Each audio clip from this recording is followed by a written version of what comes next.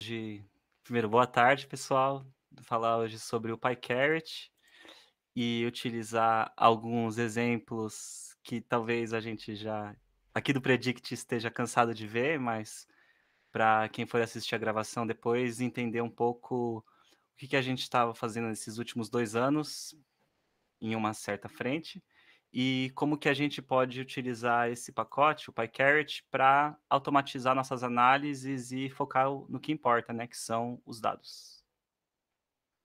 Então, a motivação para vir aqui falar sobre o PyCaret é que vocês aqui comigo, como futuros ou já cientistas de dados, sabem que o nosso trabalho requer muita programação, né, muitas linhas de código e conforme a complexidade escala do projeto, escalam os problemas também.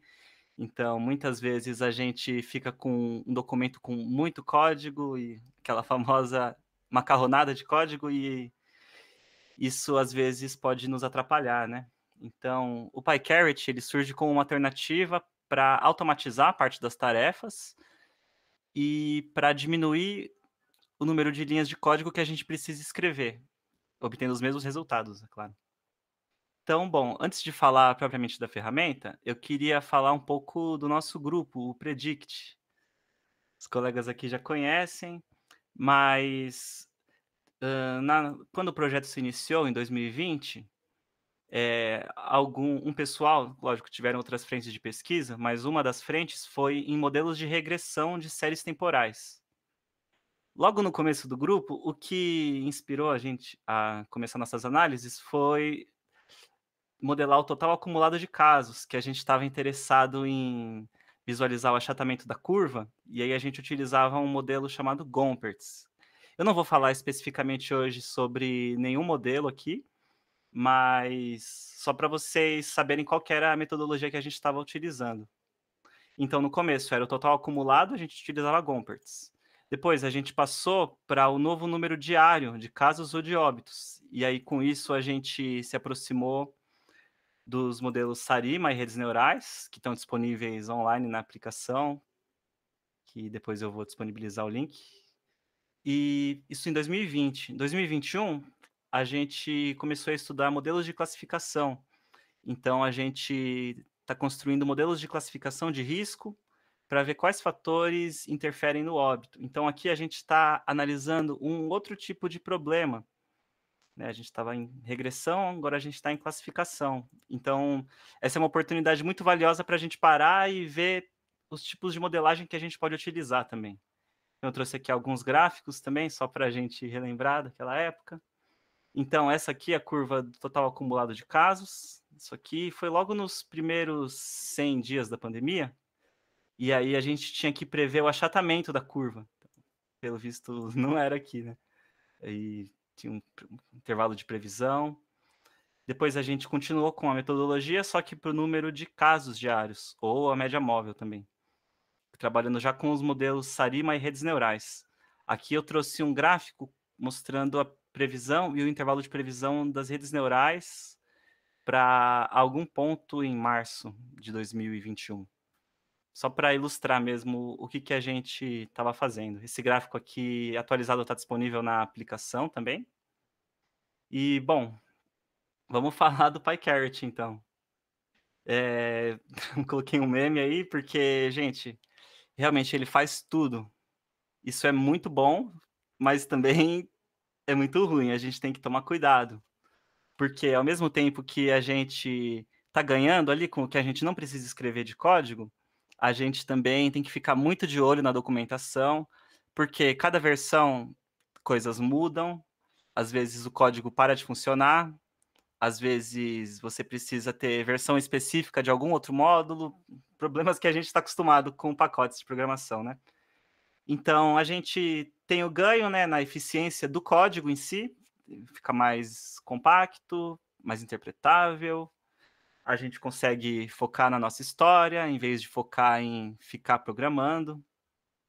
Só que a gente precisa conhecer muito bem a documentação e tem que ficar de olho em novas atualizações. Inclusive, um dos notebooks que eu trouxe hoje é de um módulo beta, então Hoje ele funciona, mas daqui a um tempo talvez não funcione mais. Mas tá tudo bem, né, a gente consegue usar mesmo assim. Então bom, para instalar ele, você tem 2 opções, ou você pode utilizar ele na sua máquina e utilizar um Jupyter Notebook, um servidor. E aí para você fazer isso, o recomendável é você criar um ambiente virtual. Se você não souber como fazer isso, você pode vir aqui na documentação, que ele vai te ensinar a fazer o ambiente virtual passo a passo também. Documentação é tudo, gente. Essa página aqui, se vocês forem utilizar o PyCarrot, vocês vão cansar de olhar para ela, mas também tem tudo. Bom, já já eu vou falar mais isso aqui. Beleza. Então, voltando para a apresentação. Então, a gente pode utilizar esse comando aqui no nosso terminal para instalar, via pip. Para que aqui é a versão completa. Isso aqui vale a pena se você for instalar na sua máquina. Para utilizar o módulo de séries temporais, ele está num módulo separado ainda, porque está em alfa, não é nem beta, mas ele funciona. Para utilizar no Colab, a gente pode utilizar não a versão full, a versão slim, que não tem o full aqui, só para facilitar na execução, né? Porque Colab a gente, toda vez que for executar novamente, vai ter que instalar de novo. E também a gente tem que colocar esse bloquinho aqui para o PyCarrot ativar o modo Colab. Então, beleza. A gente sabe como instalar. Agora, vamos ver como que a gente carrega os módulos. Então, a gente tem 6 módulos. A gente vai utilizar um deles, dependendo do tipo de problema que a gente tiver. Então, a gente tem problemas de classificação, que a gente vai ver. Temos problemas de regressão, problemas de detecção de anomalias, que você está interessado em identificar valores estranhos ou raros, ou eventos raros. Temos o módulo de processamento de linguagem natural, para você avaliar textos e outros tipos de corpos. Temos um Association Rule Mining, que aí você trabalha com entidades mais abstratas, por exemplo, coloquei o exemplo aqui que você tem lá uma lista de compras, que você coloca cebolas e batatas, e aí você sabe que essa regra de associação leva a um tomate. E por último, o módulo de séries temporais, que está sendo desenvolvido, e eu vou trazer um pouquinho também. Bom, o primeiro passo no nosso experimento de ciência de dados é o setup. Então a gente vai dar esse comando setup, depois de carregar a biblioteca, claro. A gente tem que informar 2 coisas só para ele. A gente tem que informar onde estão nossos dados, que pode ser um data frame do pandas, é o recomendável, e qual que é a sua variável objetivo. O que que é variável objetivo? É aquilo que você está interessado em estimar. Então, por exemplo, nesse caso aqui, a gente tem variáveis categóricas, asma, diabetes e obesidade. A gente vai ver esse exemplo mais aprofundado daqui a pouco. E a gente tem outra variável aqui que é a idade. E a gente tem esses campos no nosso data frame e a gente está interessado em estimar quanto que esses fatores aqui aumentam ou diminuem a probabilidade do indivíduo vir a óbito. Mas esse é o nosso problema em específico, tá? Eu estou falando da função setup. Quando você der um enter lá no setup, ele vai falar qual é o tipo dos seus dados. Ele vai inferir esses tipos. Você confere e aperta enter. Importante, senão ele não vai fazer mais nada. Você tem alguns argumentos que você pode passar também. Aqui eu coloquei só por padrão, mas aqui não precisaria passar isso aqui. Esse aqui são só as variáveis categóricas do meu dataset. Se, por exemplo, eu ver que aqui deu algum problema de classificação, geralmente dá certo. Mas se der algum problema, aí você pode passar manualmente os tipos. Esse session ID é só uma semente aleatória para você ter reprodutibilidade no seu experimento, né, que é desejável. E esse comando, embora só essa primeira linha aqui seja obrigatória, uma série de coisas acontece debaixo do pano aí. Então, por isso a gente tem que entender a documentação. Passos como pré-processamento dos dados. Se você passar uma amostra muito grande, ele vai cortar ela em tamanhos diferentes. E também ele vai dividir em treino e teste. Então, todas essas etapas que são padrões no experimento de ciência de dados, se a gente não falar nada aqui, ele já vai fazer para a gente. Isso pode ser bom, mas não necessariamente é bom, né? A gente tem que entender o que está acontecendo, como cientistas de dados. Mas enfim, então a gente fez o setup, que é o primeiro passo. Depois disso, o próximo passo recomendável, no caso de um experimento supervisionado, porque, bom, ele tem vários métodos aqui, a gente está focando em métodos supervisionados, tá? Eu vou falar de classificação e de séries temporais, então esquece o não supervisionado por enquanto, porque talvez funcione um pouco diferente. Mas beleza, você deu lá o compare models para o seu experimento supervisionado, depois que você deu o seu setup. Ele vai te mostrar uma série de modelos e vai sair calculando métricas de desempenho. Nesse caso aqui, o problema era de classificação, então as métricas são essas aqui. Se o problema fosse de regressão, seriam outras métricas. A gente pode consultar na documentação as métricas de cada um dos problemas. Tá bom? Eu coloquei aqui só para facilitar. Porque a gente também pode usar essas métricas como fator de classificação. Se a gente falar, eu quero o melhor modelo de acordo com a precisão, em vez da acurácia. Aí você pode escolher esse critério aqui para selecionar o seu melhor modelo, tá bom? Então, depois que você comparou eles, você viu como eles performam, você vai escolher pelo menos um deles e vai. Ele chama de criar o modelo, mas eu acho que o povo da estatística concorda que o melhor termo é ajustar o modelo, né? Não é que ele está sendo criado do nada, ele está pegando os dados e ajustando, né, o modelo. Então, quando você der esse comando create model, vai acontecer um monte de coisas por baixo do pano também. Ele vai fazer uma validação cruzada do seu conjunto de dados. E aí, depois que ele calcular. Então, imagina assim: ele vai pegar o seu conjunto de dados, falando em k-folds. Como são 10 k-folds, ele vai pegar o conjunto de dados, vai dividir em 10 partes, vai treinar um modelo em cada uma delas, e depois ele vai meio que pegar a média delas. Ou, se você escolher um outro critério, por padrão, na classificação é a precisão e na regressão é o R quadrado. Eu não vou entrar muito a fundo aqui em modelagem, mas talvez não seja a melhor métrica dependendo do seu problema, tá bom? Então, às vezes, vale a pena testar com métricas diferentes. É só passar o argumento no compare e na create, que você muda o critério, tá bom? Então, você criou o seu modelo. O que você vai fazer depois disso? Você vai tunar ele. O que é tunar o modelo? Muitos modelos, eles têm hiperparâmetros. Por exemplo, se a gente está falando de K vizinhos, a gente tem que falar quantos K vizinhos a gente quer pegar mais próximos, né? Então, o K vizinhos é um hiperparâmetro. Então, a gente tem que escolher os hiperparâmetros para o nosso modelo. Então, essa função toModel, ela vai fazer isso. Ela vai fazer um chamado Random Grid Search, que basicamente ela vai pegar, vai chutar valores para os hiperparâmetros do seu modelo. Cada tipo de modelo vai ter hiperparâmetros diferentes. E aí ela vai chutar uns valores para eles e vai pegar os melhores. Ela vai fazer isso 10 vezes. E aí, desses 10, ela pega o melhor. Ou, se nenhum deles for o melhor, ela continua com o que ela estava aqui na create, tá bom? Tá, e você pode mudar esse critério se você quiser. Ó, gente, todos os slides eu vou disponibilizar para vocês. E aqui, ó, tem sempre o link que vai para a documentação do PyCaret, que aí vai estar mais explicado do que eu estou falando aqui, tá bom? Então, você ajusta o seu modelo, você tem algo bem robusto, né, que serve para vários problemas diferentes, e você vai usar ele para resolver o seu problema.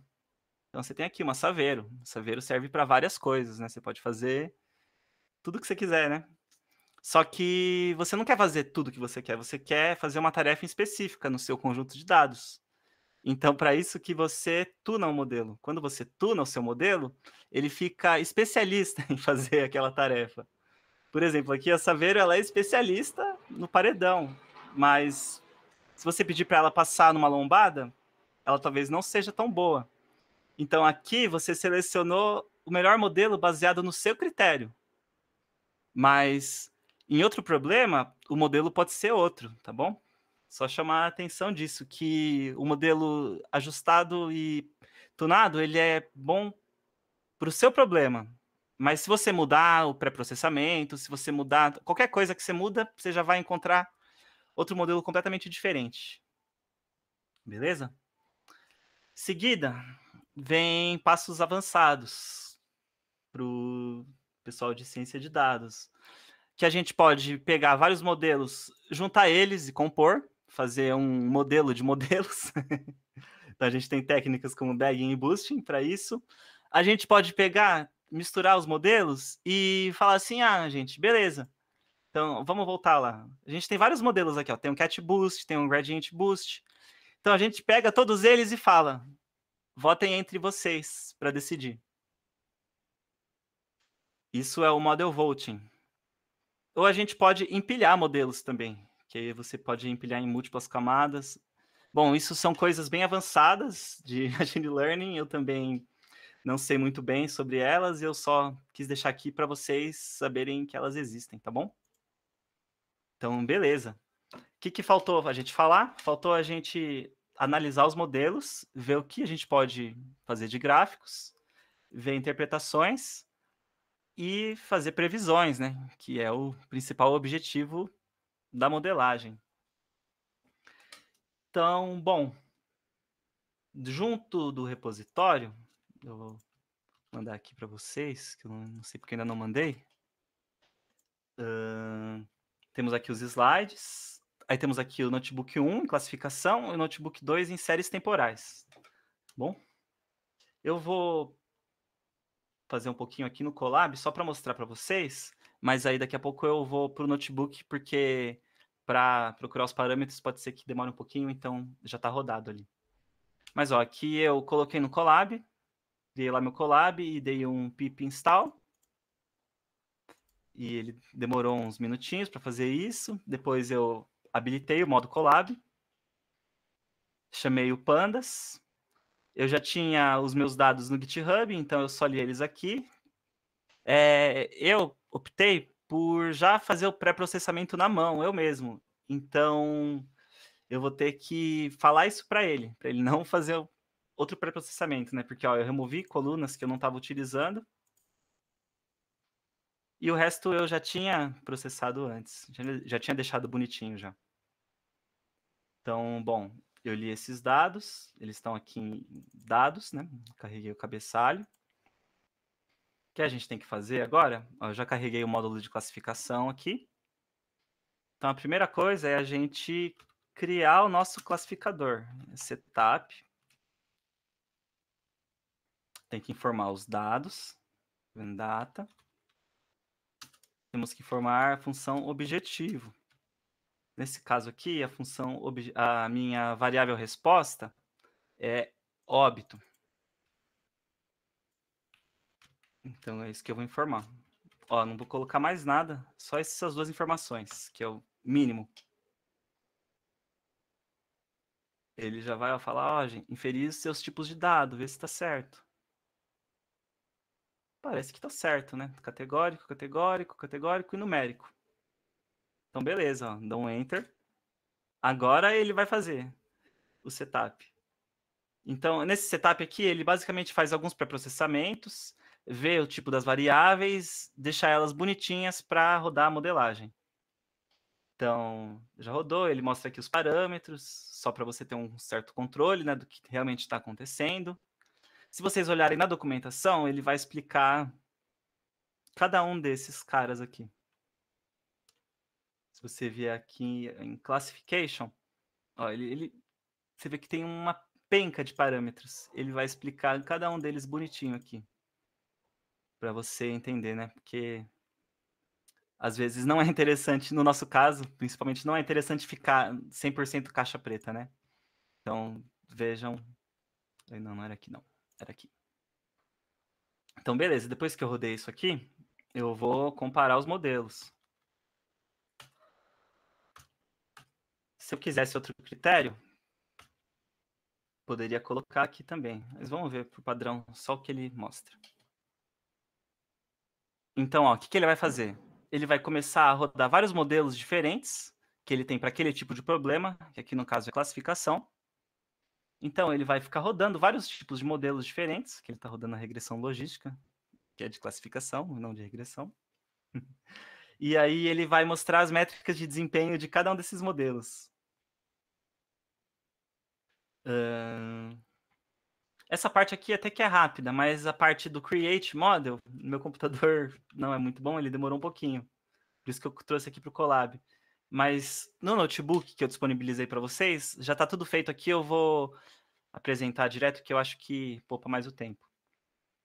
Então, a mesma coisa que eu fiz aqui. A única coisa que eu fiz a mais nesse pré-processamento foi já separar treino e teste aqui, porque eu queria deixar uma parte da amostra sem o PyCarrot V, para depois usar ela para fazer previsões, tá bom?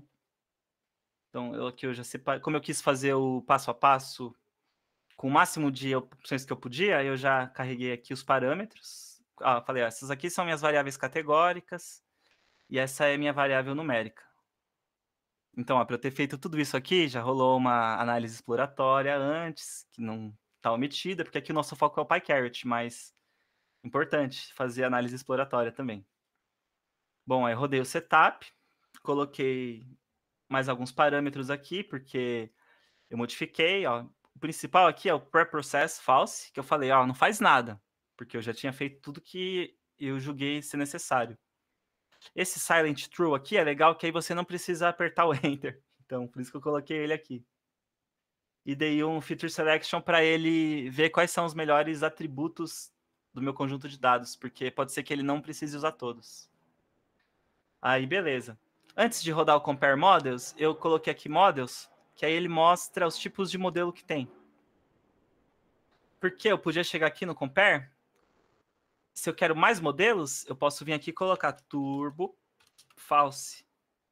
E aí ele vai demorar um pouquinho, mas ele vai calcular com mais modelos.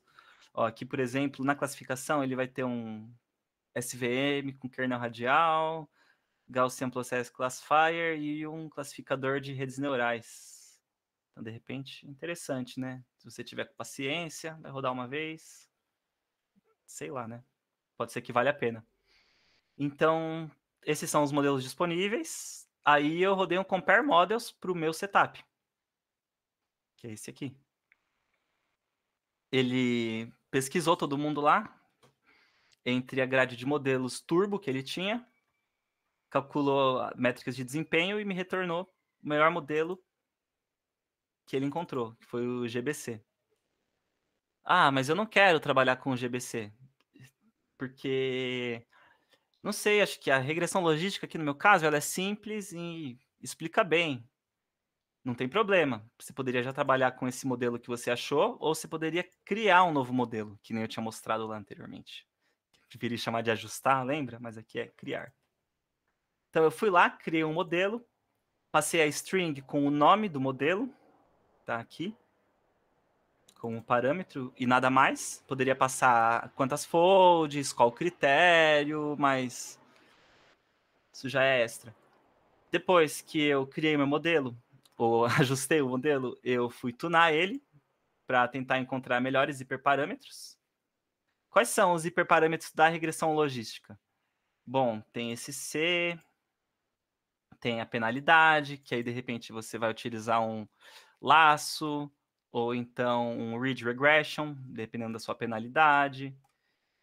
Também tem o tipo de solver que você usa, a tolerância. Então, tudo isso são hiperparâmetros que ele vai tentar achar os melhores dentro de uma grade. E se você der mais tempo para ele ainda, você fala, cara, você tem critérios por tempo ou critérios por iterações. Você fala, roda mais iterações aí. Pode ser que ele encontre um modelo ainda melhor. Que isso aqui é um problema NP completo, né? É uma agulha no palheiro, gente. Então, você não tem como saber se aquele é o melhor. Quer dizer, você sabe que ele é o melhor se você tiver ele, mas pode ser que você encontre um ainda melhor, que aquele ponto pode ser mínimo local só. Enfim. Na minha versão, o Evaluate Model ele só retornou os parâmetros. Mas, em outras... Eu rodei, acho que no Colab, esse mesmo comando aqui, ele já retorna uma seção que você pode escolher entre todos os gráficos disponíveis. Mas aí, como ele não fica salvo no notebook, aí eu coloquei cada um dos gráficos ali embaixo, para a gente poder ver também. Então, essa função predict model, novidade, não tinha falado dela ainda. Se eu só passo o modelo, o que ela faz? Ela vai mostrar como que foi a previsão no conjunto de teste. Então, estou indo lá para o final, óbito, que é a minha variável resposta, e aqui é o label, que foi o que ele classificou. Como eu utilizei regressão logística, essa regressão ela retorna um score. Então, a gente tem aqui a probabilidade daquele indivíduo ser da classe que ele jogou. Às vezes ele acerta, às vezes não, mas faz parte, né? Bom, depois de tunar o modelo, você pode finalizar ele, que aí ele vai deixar ainda mais robusto essa questão da seleção dos hiperparâmetros e também das folds, tá bom? E geralmente é o último passo da modelagem em si. Agora a gente vai avaliar o modelo. A gente tem diversos gráficos disponíveis, isso aqui tudo está lá na documentação. Se você der o Evaluate Model, ele provavelmente já vai abrir uma aba com todos, você pode escolher entre todos esses gráficos aqui.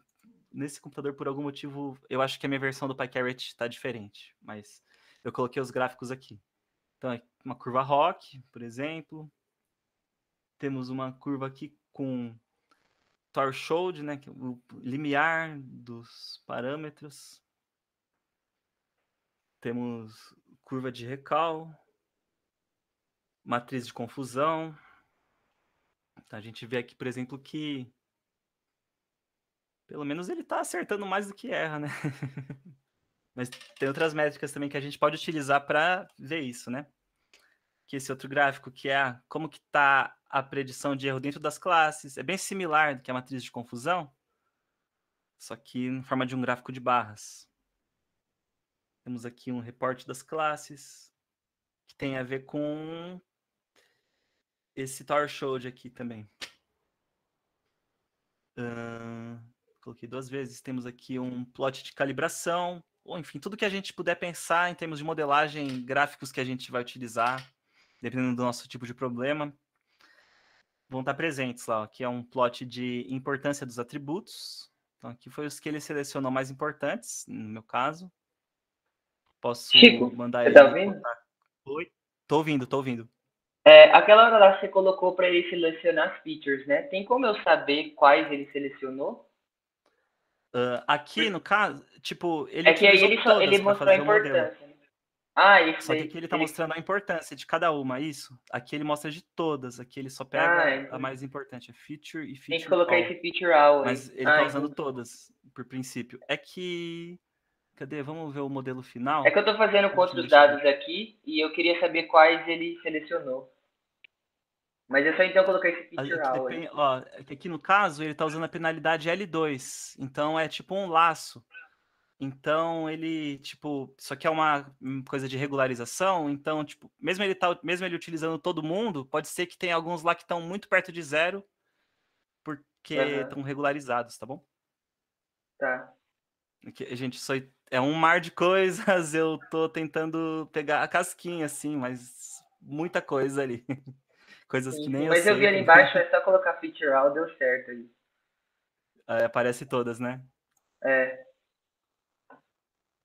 Beleza. Aqui ele mostra os parâmetros também do meu modelo. Então, tudo isso aqui ele procurou na Finalize e no Tune Model. Então, eles são específicos da minha tarefa, são a minha saveiro do paredão. Temos aqui uma curva de influência, né? A gente vê quantas amostras estão ali que são mais influentes, curva cumulativa, estatísticas KS. Beleza, chegamos na parte interessante. A gente deixou uma parte dos dados separada, não mostrou para o modelo. A gente separou em treino e teste, e a parte de teste eu não dei para ele olhar. Aí agora eu vou dar para ele olhar e ver como ela performa. Então a mesma história que eu coloquei a tabelinha. Poderia sair calculando a acurácia, né, de acordo com ele acertar ou não, mas isso aí a gente já nem precisaria do PyCarrot para fazer isso. E por último, trouxe o SHAP, que é outra forma da gente analisar a importância dos atributos, só que ele funciona para alguma família específica de modelos, que é esses de Gradient Boost. Então eu escolhi um Cat Boost, criei um modelo para ele, tunei o modelo, finalizei o modelo, aí falei: "Vamos interpretar o modelo". Muito simples os comandos, né, gente? É bem intuitivo. E aí esse aqui é o SHAP para o conjunto de dados lá, só que com o modelo do Cat Boost, que acho que na regressão ele não faz esse tipo de análise. Mas o que é interessante é que a gente pode ver a importância da idade e como que os valores altos vão influenciando no modelo e os valores baixos vão jogando a classificação para outro lugar também. Beleza, esse foi o de classificação. Por último, o de séries temporais. Então, nesse aqui, a gente utilizou o módulo do Time Series. Eu já deixei os dados prontinhos aqui, já coloquei no GitHub. Então, isso aqui é uma série temporal com os novos casos diários no estado de São Paulo, de fevereiro de 2020 até agosto de 2021. Então, coloquei só a caldinha aqui para ver como eles estão. Realmente vai até o dia 7/8. Beleza. Time Series, ele ainda é experimental, né? Tem algumas restrições. Por exemplo, preciso usar uma PD Series no meu data. Então, aqui eu converti para uma série temporal do Pandas. Foi só passar os dados, como a série em si, e os índices como as datas. E aí ele já ficou no formato adequado, que é uma série temporal univariada. Nesse caso, para a gente dividir em treino e teste, a gente pegou as 480 primeiras observações como treino e deixou as 20 finais para o nosso teste, tá bom? Beleza, então agora o que a gente tá cansado de ver hoje, setup. Então, aqui tem alguns argumentos a mais que são das séries temporais, que tem o seasonal period e o F8, que é uma janela de previsão que você quer fazer. A sessão ID é igual, e os GPU eu optei para ver se ele rodava uns modelos mais rápidos, só que nessa máquina nem tem GPU, isso aqui funcionou em outra máquina. Aí coloquei lá os modelos disponíveis antes de comparar, só para ver quais tem, se realmente valia a pena fazer um turbo. Como aqui podia ter instalado o Prophet, eu não instalei o Prophet, então ele não apareceu aqui. Mas como aqui só o turbo era só o Bets, que eu acho que nem valia a pena utilizar, eu fiz um modo turbo habilitado também. Então só não passar nada para compare models. Então ele rodou entre todos os modelos disponíveis e saiu calculando o desempenho de cada um deles. Não necessariamente o melhor modelo é o modelo que você vai utilizar, né? Porque às vezes você quer interpretar aquilo que você está fazendo, e se você pegar uns modelos de boost, às vezes você acaba perdendo no fator interpretabilidade, né? Então eu resolvi criar o modelo com um bom e velho Arima, que eu já estou utilizando aí desde o ano passado, né? Com todos nós. Então criei meu modelo de Arima. Aqui nas séries temporais é um pouco diferente. O padrão, ele fez uma fold, um threefold só. E é um pouco diferente porque é em séries temporais. Tem um gráfico que mostra isso. Cadê? Aqui, ó. Que é assim, a fold dele é um pouco diferente. Ele pega a série até um ponto, essa é a primeira fold. Ele pega a série que ele pegou e mais um pouquinho na segunda fold. E na terceira fold ele pega mais um pouquinho ainda da de cima e mais um pouco. Então ele vai aumentando o período. É um pouco diferente a validação cruzada aqui, né? Que é casa de séries temporais. Então, por isso que a saída aqui tá diferente também. No meu Create Model tem só 3 e ele mostra uns cutoffs aqui, que são as datas que ele cortou. Beleza. Tunei meu modelo. Mesma coisa, funciona da mesma forma, o cutoff aqui que estava definido já, de 3 folds, poderia definir mais se você quisesse.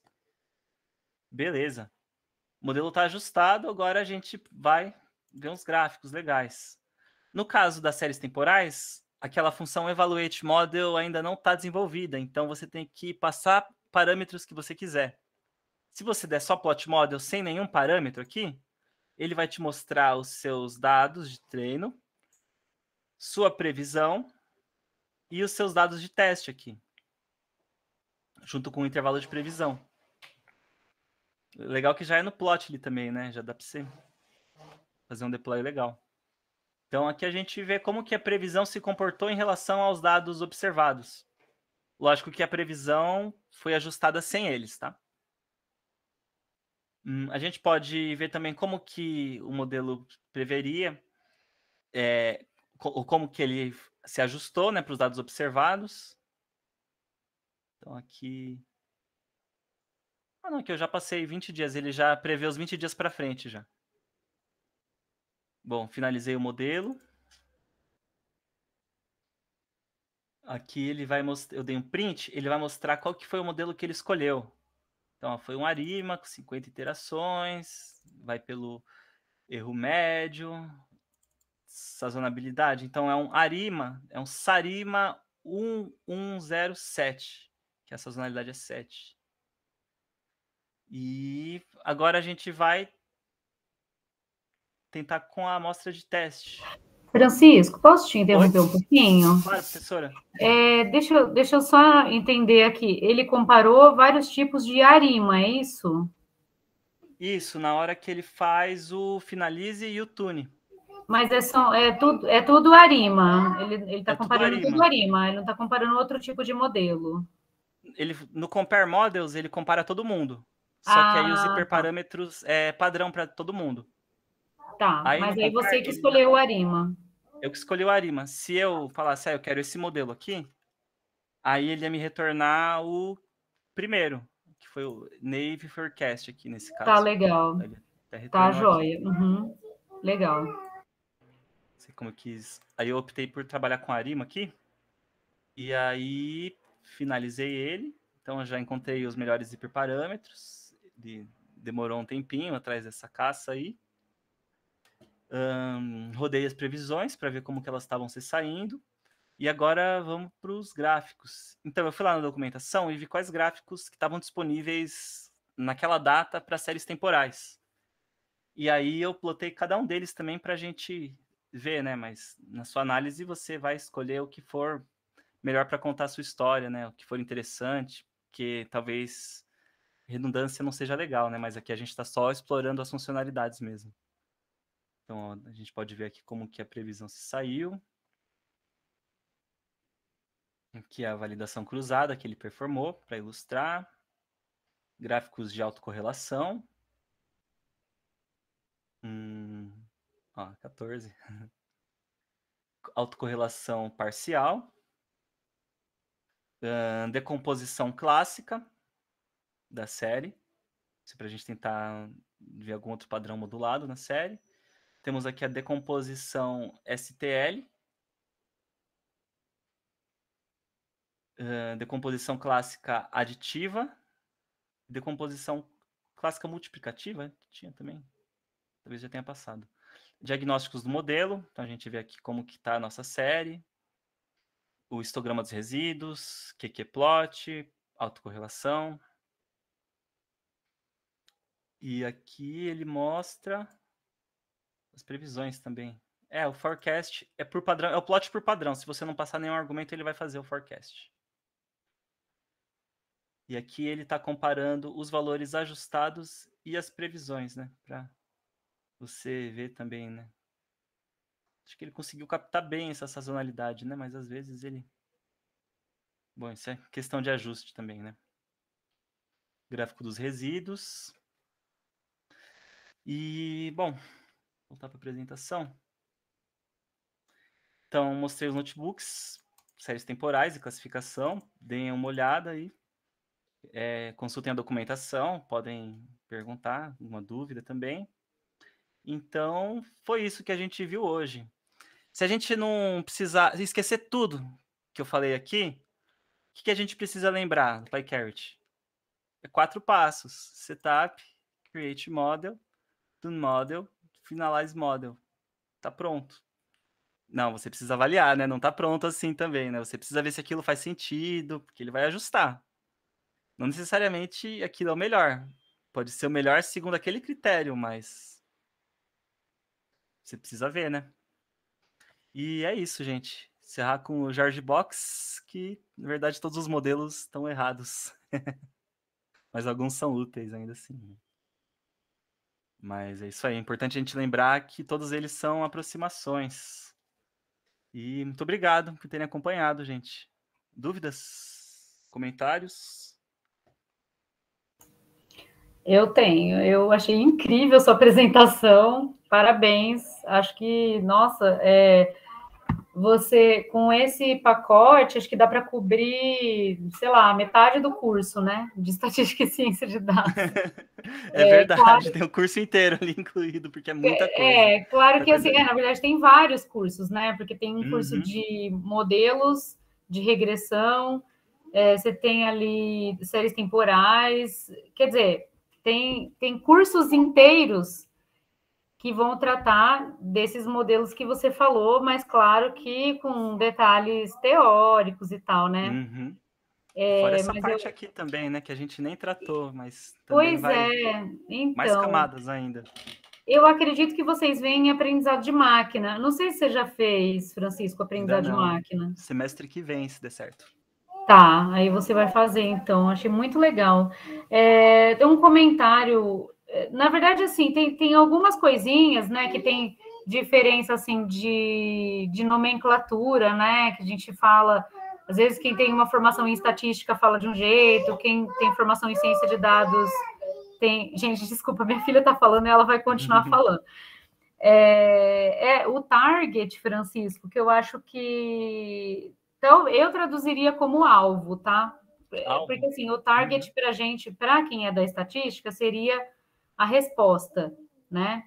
E eu já vi traduzirem como alvo, em vez do É uma boa objetivo, tradução mesmo. que nem você falou, né? Então, o target eu acho que você pode traduzir como alvo, mas o target ele seria a resposta, né? O que a gente tem como resposta, que é, em geral, a variável de maior interesse, né? Mas, assim, ó, apresentação excelente. Eu adorei, eu vou mexer aí nesse pacote, né? E eu acho que dá para resumir bem. Então, de repente, você quer saber em qual pacote, em qual modelo que você vai investir para estudar a teoria e tal, e aí você tem uma base de dados, você usa um pacote como esse, né? O PyCaret, ele vai te dar o melhor ajuste, e aí você fala assim, então eu vou investir nesse modelo aqui, né? E vou estudar mais a fundo esse modelo. Então, Porque às vezes eu você achei quer muito implementar um legal. modelo em específico, aí você precisa de tanta coisa só para fazer um modelo funcionar, e às vezes ele nem vale a pena. Então, em pesquisa, a gente faz muito, a gente não, porque eu procuro não fazer, né? Eu sempre procuro partir da aplicação, ver, assim, ajustar, tentar, assim, resolver o problema com os modelos que tem disponíveis, e aí pegar o modelo que deu certo ali, né, que já ficou bom, e aí você tenta refinar, né? Então, eu sempre tento ir por esse caminho, mas tem muito disso, né? Às vezes as pessoas começam a estudar um modelo específico, teórico, do ponto de vista teórico, e eles não conseguem achar a aplicação, né? Tipo, por quê? Porque eles não partiram da aplicação. Então, eu gosto muito de trabalhar assim, partindo da aplicação e aí chegar no melhor modelo, né? Eu achei que foi muito legal. Gente, se alguém quiser fazer mais comentários aí para o Francisco. Francisco, só aproveitando já que eu estou falando, muito obrigada pela apresentação, foi muito, muito boa. Espero que todos tenham aproveitado. Obrigado pelo espaço também. E qualquer dúvida também podem perguntar, tá bom? Eu vou